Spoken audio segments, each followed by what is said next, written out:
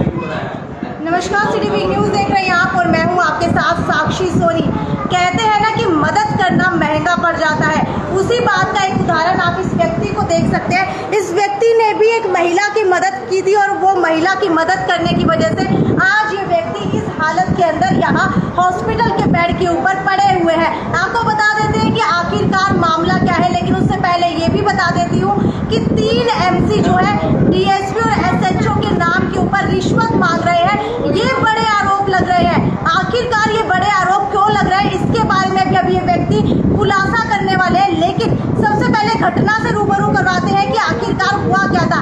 इस व्यक्ति के घर के पड़ोस के अंदर एक महिला रहती थी। महिला से 3 व्यक्ति छेड़छाड़ करते हैं और छेड़छाड़ करने के बाद उस महिला की मदद की थी इस व्यक्ति ने, वो भी भाईचारे के तहत। लेकिन वो मदद करना इनको महंगा पड़ गया और वो मदद करना इस कदर इनको महंगा पड़ा कि आज ये सिविल अस्पताल के बेड के ऊपर जीने और मरने की हालात के अंदर जूझ रहे हैं। मुझे ये बताइए आपका नाम क्या है और ये घटना कहाँ की और आपके साथ क्या हुआ था? मैम, मैं नवनीत चोपड़ा बरवाड़ा जनता हॉस्पिटल में फिजियोथेरेपिस्ट के पद पर हूँ। वार्ड नंबर 8 का मैं रहने वाला हूँ। ये 15 मई की बात है। उस टाइम 3-4 लड़कों ने पड़ोस में एक महिला उसके साथ छेड़खानी की। वो घर पर अकेली थी, उसके साथ मारपीट की। मैं उनके साथ लगा, उनकी शिकायत दिलवाई थाने में जाकर। उस वक्त उन 3 लड़कों ने माफ़ी भी मांग ली उस महिला से। पंचायत हुई थाने में, सब ने माफ़ी मांग ली। उस दिन समझौता हो गया रात को 11 बजे। वो लड़के थे कौन? वो लड़के थे नायक समाज में थे। सिल्लू सनोम श्री रामफल का, और सिल्लू श्यामलाल का है, और एक भिंडी नामक है, और एक अनुराग सनोम श्री रामफल का। ये 3 थे। उन्होंने माफ़ी तक मांग ली, फिर ये समझौता हो गया। लेकिन उन्होंने अगले ही दिन उस महिला के साथ दोबारा छेड़खानी की। उस महिला ने दोबारा शिकायत दी। जब उस महिला ने दोबारा शिकायत दी तो सुरेंद्र SI के अंडर ये मामला आया था। उन्होंने फ़ोन करके कहा कि एक बार थाने में आ जाओ, पंचायत होगी। तो वहाँ गए। जब उस महिला ने फैसला करने से मना कर दिया तो विपक्ष के लोग उसी पंचायत में थाने में उन्होंने सब ने हम पर हमला कर दिया। वहाँ सुरेंद्र SI थे, उन्होंने उनको कुछ नहीं कहा। वो बाउंड्री से बाहर उस महिला को मारने तक आ गए थे, लेकिन थाने वालों ने कोई सुनवाई नहीं की। अगले दिन जब उस महिला ने फैसला करने से मना किया तो उन 3 लड़कों में से अनुराग की बहन सुनीता के नाम से मेरे खिलाफ झूठा मुकदमा करवा दिया कि इस लड़के ने मेरे साथ छेड़खानी की है शाम को 5 बजे, जबकि उस टाइम मैं थाने में मौजूद था जिस टाइम उस लड़की ने मेरे ऊपर आरोप लगाए हैं। और 21 तारीख को SI गुड्डी ने मेरे पास हॉस्पिटल में आई। उन्होंने मुझे बताया कि ऐसे ऐसे इस लड़की ने तुम्हारे खिलाफ शिकायत दे रखी है, कल आप थाने में आ जाना।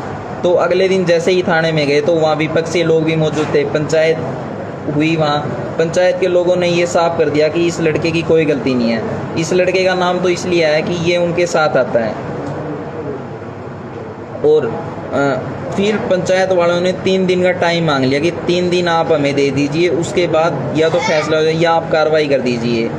लेकिन उसके बाद SI गुड्डी ने, मैंने उनको कहा कि मैम आप शिकायत दिखाइए मेरे को कि शिकायत क्या दी है लड़की ने मेरे खिलाफ। लेकिन उन्होंने 10 दिन तक मेरे को कोई शिकायत नहीं दिखाई कि उस लड़की ने आखिर लिखवा क्या रखा है। फिर मैंने जब कहा कि मैं SP साहब के पास जाऊंगा, आप मेरे को शिकायत नहीं दिखा रही, तब जाकर उन्होंने मेरे को 10 दिन में शिकायत दिखाई।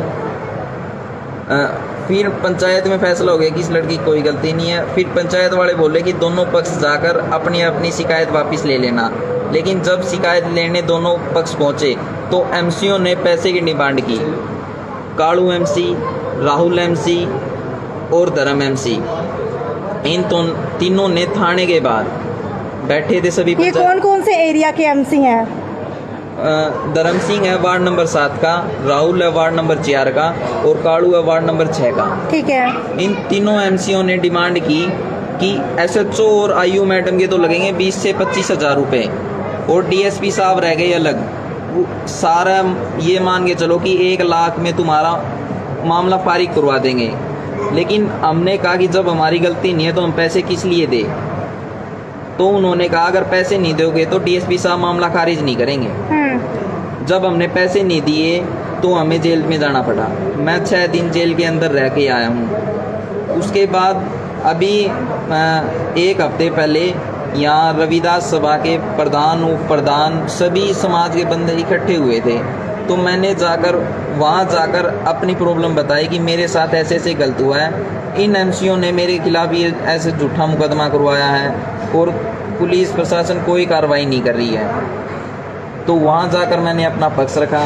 तीनों एमसी वहाँ मौजूद थे। उस दिन तो एमसीओ ने कुछ नहीं कहा, लेकिन ये सभा दोबारा हुई। कल पंचायत हुई शाम को रविदास चौपाल में, वार्ड नंबर 6 में। तो वहाँ जब मैं गया, एमसी कम से कम 20-25 बंदों को अपने साथ लेकर आया था कि अगर वो हमारे बारे में कुछ भी बोले तो उनको छोड़ना नहीं है। जब हम वहाँ अपनी बात रखने के लिए वहाँ गए तो एमसीओ ने और उनके साथ जितने बंदे आए थे, कम से 15-20 जनों ने हम पे हमला बोल दिया सीधा। हथियार लिए हुए थे वो आपके ऊपर ये लगी कैसे है? मारा किसने है और किस हथियार से मारा गया है? ये एमसीओ ने मेरे को पकड़ा है मैम, और एक वीरेंद्र भानकोड़ है और कर्नेल रामफल का लड़का, वो हाथ में पंच डाले हुए थे। एमसीओ ने मेरे को पकड़ा और उन्होंने मेरे को उससे मारा पंच से। और जो उनके साथ 5-6 बंदे और थे, उन्होंने अकेले को मेरे को नीचे घेर के लात गुस्से मारा। जब वो पड़ोस के बंदे आए, उन्होंने मेरे को छुटवाया है, वरना वो मुझे जान से मार देते। जब मेरे फादर साहब वहाँ आए, उनको ये बोला चले जाओ यहाँ से, वरना तुम्हारी लाश उठा के जानी पड़ेगी यहाँ से। वो तो पड़ोस वाले थे, उन्होंने हमें छुड़वा दिया, वरना वो हमसे जान से मार देते हैं। हमें उनसे खतरा है। ठीक है, मैं देख पा रही हूँ कि आपकी आँख के ऊपर भी स्वेलिंग आई हुई है। डॉक्टर ने क्या कुछ कहा है और कितनी गहरी चोट लगी है?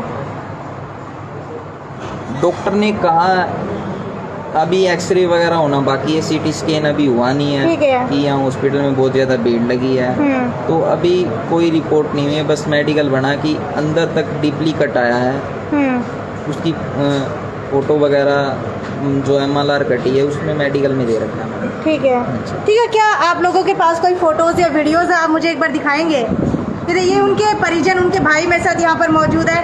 एक इनके पास ऑडियो रिकॉर्डिंग शायद है, वो ये मुझे दिखाने वाले हैं। अगर आपके पास कोई फ़ोटो है मौका वारदात की, वो भी आप मुझे दिखा सकते हैं, ताकि हम अपने व्यूअर्स को बताएं किस तरीके से गुंडा राज इस वक्त पनप रहा है शहर के अंदर, क्योंकि किसी की भी मदद करना महंगा पड़ सकता है। हालांकि अगर हरियाणा की बात की जाए तो हरियाणा के अंदर लोग वैसे ही आगे नहीं आते, लेकिन जो लोग आगे आते हैं मदद करने के लिए, उनके साथ ऐसा ही हाल होता है, ऐसी ही जो उनके साथ बर्ताव किया जाता है, इसी तरीके से वो हॉस्पिटल के बेड के ऊपर मिलते हैं। इसलिए हर कोई मदद करने से अब कतराने लगा है। मुझे सुनवाइए क्या कुछ हुआ था उसे, और ये वीडियो रिकॉर्डिंग है किसकी? ऑडियो? नहीं मैम, ये रिकॉर्डिंग है मैम एमसीओ की।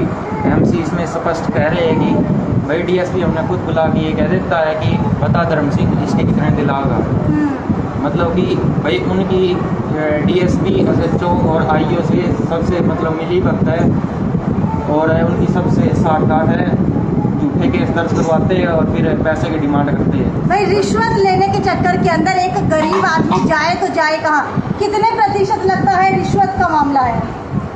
मैम ये तो मैम 100% ही मान लीजिए, क्योंकि हमारे साथ में तो बहुत ही मतलब हमने एसएचओ साहब को भी शिकायत दी थी, हमने डीएसपी साहब को भी शिकायत दी थी, हमने एसपी सार को भी शिकायत दी है, और हमने डीजीपी चंडीगढ़ को भी रजिस्टर्ड पोस्ट किया है।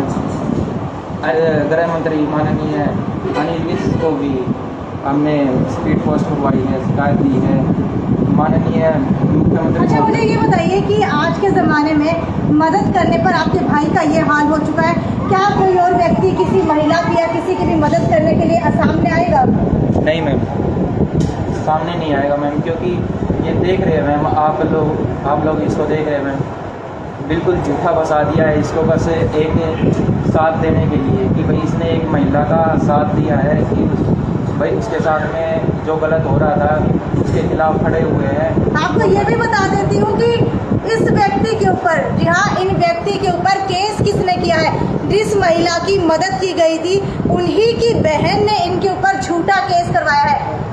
उन्हीं लड़कों की बहन ने, ठीक है, उन्हीं लड़कों की बहन ने उन्हीं करवाया। लड़कों की बहन ने इस पे झूठा केस दर्ज करवाया है ठीक कि है, वो तीनों लड़के भाई थे या फिर अलग अलग दोस्त थे? मैम एक तो भाई था और एक चाचा का लड़का था और एक उसका दोस्त था। हाँ जी, उन तीनों ने मतलब उस महिला के साथ में ज़बरदस्ती की, उसकी वीडियो बनाई, उसके साथ जो मारपीट की उसकी वीडियो बनाई। ठीक है, महिला के साथ जबरदस्ती करके उसकी वीडियो भी बनाई गई। जी मैम। ठीक है, हाँ जी, जी मैम, उनकी वीडियो भी बनाई गई। हमने DSP साहब को भी बताया, SHO साहब को भी क्या बताया। आपके पास वीडियो है? नहीं मैम, फिलहाल मेरे पास वो वीडियो नहीं है मैम। ठीक है। वीडियो तो उन्हीं लड़कों ने बनाई थी। ठीक है, हाँ जी, वो वायरल भी हुई थी मैम, लेकिन वो फ़ोन से डिलीट हो गई मैम। ठीक है, वो लड़की कितने वर्ष की है? वो लड़की मैम 21। भाई 21 साल की लड़की जो अभी अभी बालिग हुई है, देखिए किस तरीके से उसके साथ छेड़छाड़ की जाती है। क्या उसके साथ में पढ़ने वाले ही वो लड़के थे या फिर वो उनको जानती कैसे थी? जो महिला है वो तो करीबन 25-30 साल के करीब की होगी। ठीक है, भाई 21 साल किसकी उम्र बता रहे हैं आप? 21 साल उस लड़की की है जिसने इसके खिलाफ झूठा मुकदमा दर्ज करवाया। ठीक है। जी मैम। ठीक है, जिस महिला के साथ छेड़छाड़ हुई है वो 25 से 30 साल के बीच के अंदर उसकी उम्र है। जी मैम। ठीक है, और उस महिला के साथ में ये चला गया तो उस जिसने उनके साथ में छेड़खानी की थी उस महिला के साथ में, उन्हीं में से एक अनुराग की बहन ने इस पे झूठा केस दर्ज कर दिया भाई, ताकि वो अपनी शिकायत वापस ले ले। और जब मामला वहाँ गया पंचायत हुई तो पंचायत में ये क्लियर कर दिया गया था कि भाई इस लड़के का कोई दोष नहीं है। भाई मुझे ये बताइए, MC ने कब DSP और SHO के नाम के ऊपर रिश्वत मांगी? मैम कई बार पंचायत हुई मैम, 8 जून को भी पंचायत हुई थी मैम, 23 मई को भी पंचायत हुई थी मैम। इस बीच में कई बार पंचायतें हुई मैम, तो उसी बीच में पैसे की डिमांड भी की गई। हमें ये भी बताया गया किसी दूसरे मुकदमे का हवाला देके ये बताया गया कि एक केस था हिसार डिस्ट्रिक्ट का, जिसमें एक बार मैं आपको रिकॉर्डिंग सुनाना चाहता हूँ। जी बिल्कुल, आपको रिकॉर्डिंग सुनाते हैं प्रूफ के साथ कि कैसे रिश्वत मांगी गई और किन किन के बीच के अंदर ये बात हुई है। ये देखिए, धर्मे और इशारा मामला ध्यान